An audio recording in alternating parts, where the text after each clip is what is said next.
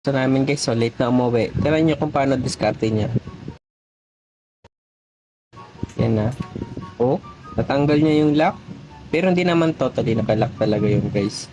Bali sinabit ko lang yun. Pero ang galing niya guys, makakapasok yun siya. Laging ganyan yung rotation niya. Ngayon ko lang inabangan. Kasi gala ng gala eh.